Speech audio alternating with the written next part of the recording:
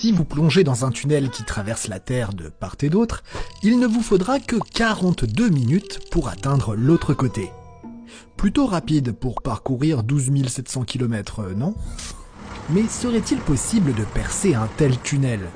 Et quelle est la longueur du trou le plus profond jamais creusé?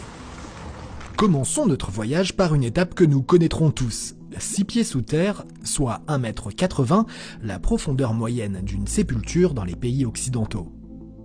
À 12 mètres de la surface, on trouve le terrier le plus profond du règne animal, celui creusé par le crocodile du Nil.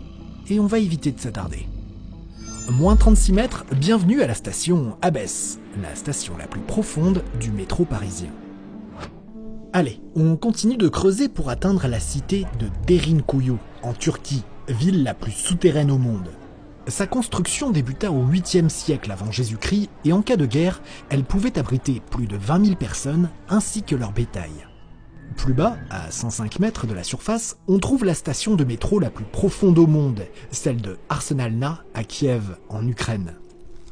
À moins 120 mètres, on arrive aux racines les plus profondes jamais découvertes, celles d'un figuier sauvage d'Afrique du Sud. C'est à peu près à cette distance que passe également le point le plus profond du tunnel sous la Manche. À moins 390 mètres, soit plus que la taille de la tour Eiffel, on trouve le fond du puits le plus profond creusé à la main. Commencé en 1858 dans le sud de l'Angleterre, il a fallu 4 ans de travail, 24 heures sur 24, pour le terminer.